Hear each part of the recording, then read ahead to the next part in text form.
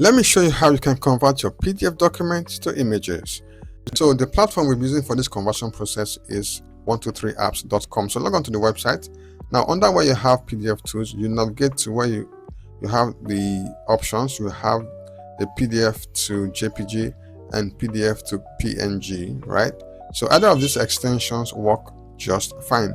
So but for this tutorial, we're going to be using, or I'll be showing you how to convert your PDF to JPEG, right?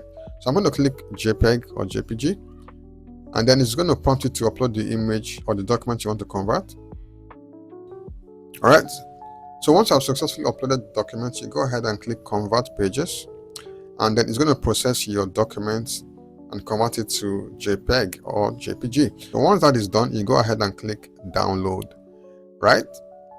And then, so this is the document we just converted, and as you can see right here, the file type or extension says JPG image, and then I'm going to go right ahead and click Save, right?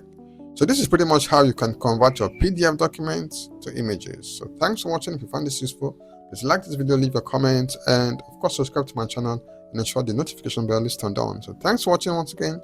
See you in my next video.